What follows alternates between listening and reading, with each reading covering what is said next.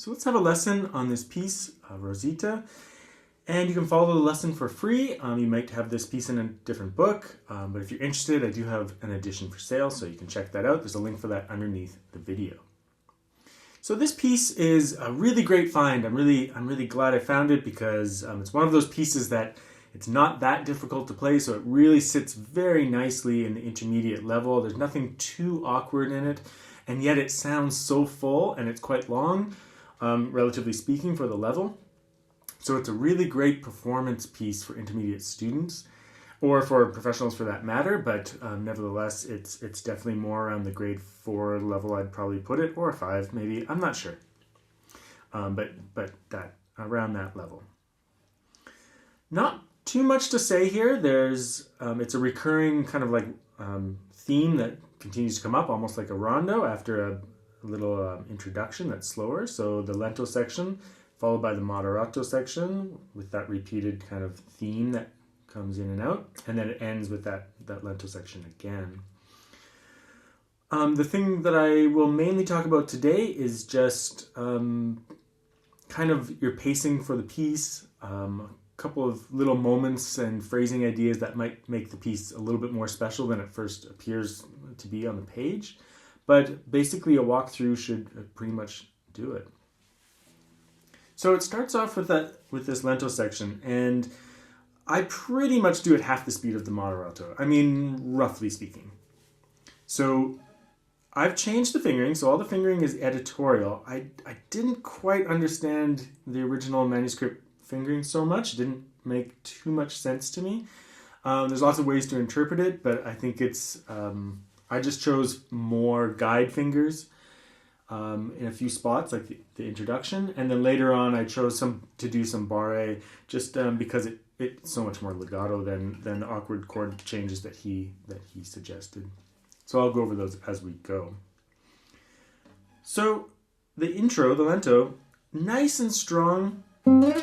First statement, you know, like don't be afraid of that first note, because then he wants soft. So a statement, and then the little cadence, the chords, and then keep your third finger there. So I've changed the fingering there. I used 3 to begin. That way 1 and 2 are available for the first chords. And then I jump 2 and 3 over so I can have my third finger as a guide there, because it can also be a guide on the way back. Same thing.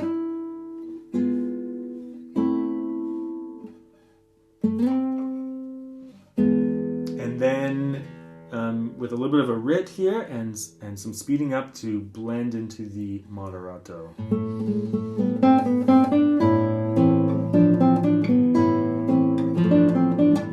So in this section, of course, there's a melody, but there's lots of figuration as well, and I think just the chord harmonies are part of the interest of the piece. But of course, bring out that melody. Mainly just those accented notes that he's saying, so E, a little bit of figuration, and E.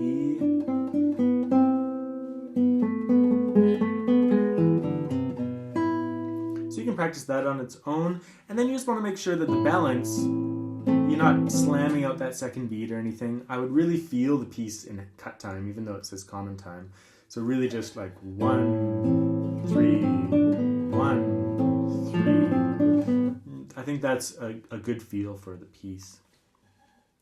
I'm using my thumb for most of the downstem, even on the accompaniment, just to keep it consistent. But in terms of right hand fingering, there'll be lots of repeated fingers because of the chords.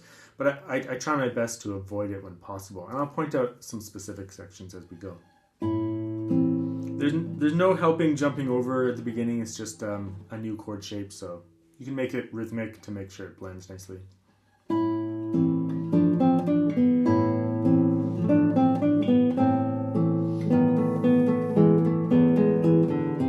So I use my fingers for all that, and then re-establish the thumb for the actual bass note. I do this PI, that way PMA can get the next notes. And then just do your best to alternate for the rest of that passage. So from bar 10.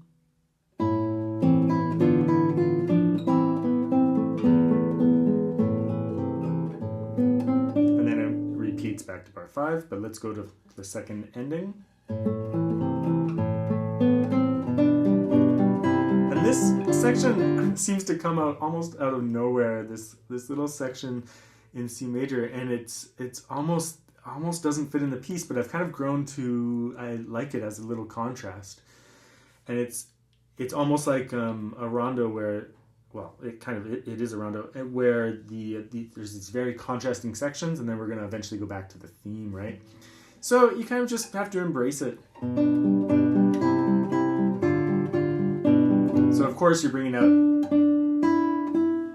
that top melody. It's not much, but it's like a fairly simple, overly simple texture, but it can be very pretty. Just make sure you're phrasing, a little bit of an arch to that phrase there. And then I'm just going thumb, I, P, or P, I, P, I, P, I, P, I.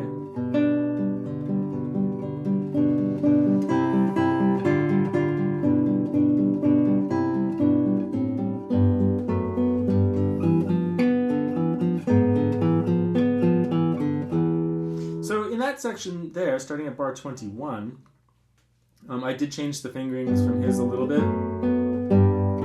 2, 4, 2, 4, slide this third finger up, and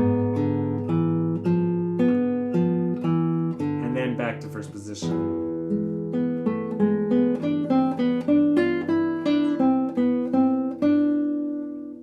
That poco writ that he has on the very last note underneath the fermata, it should probably come a little bit earlier. I left it there because that's where it is in the manuscript, but I think that section, that bar should be a writ, not just on the very last note that also has the fermata. It seems kind of silly to put it only there.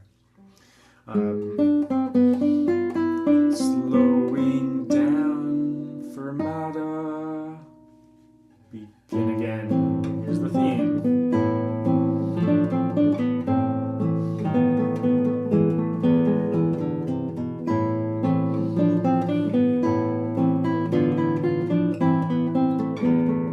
Covered this.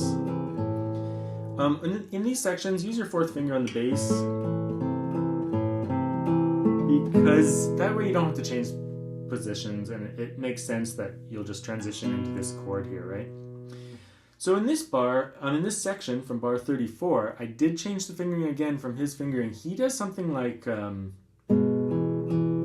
he switches to 4-2-3,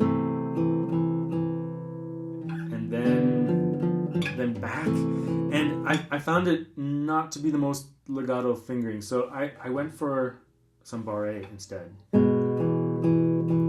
Bar 2, 4 strings, close the D here, use your first finger, that way you can just slide back into the bar. And unfortunately, you could go like this here, if you wanted it to be the same perfect legato kind of texture, but that's not what he does, and I decided against it.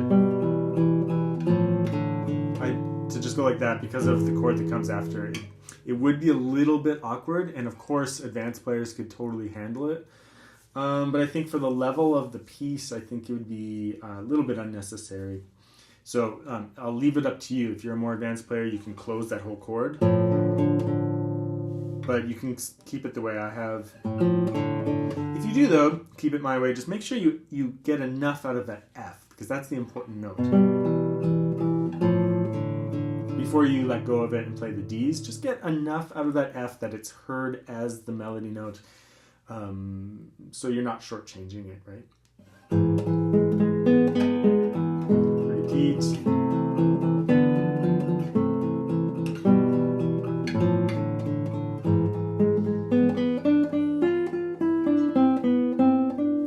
Back to this repeated thing, or the A section if you want.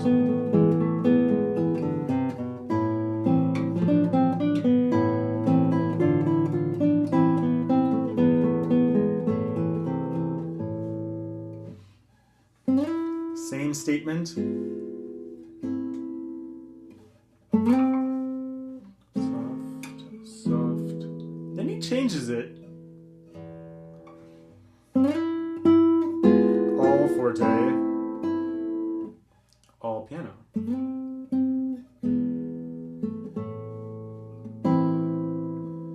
So that tempo primo is referring to the lento, right? So it's that same section to close off the piece. So it's a great little piece. It's at a really nice grade 4 level but has lots of sections to it. It should be, I feel like it should be more popular than it is.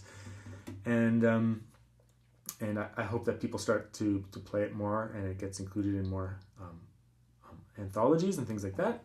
Because these kind of perfectly placed intermediate level works that are long enough for performances can be a real benefit to lots of students looking for good performance repertoire.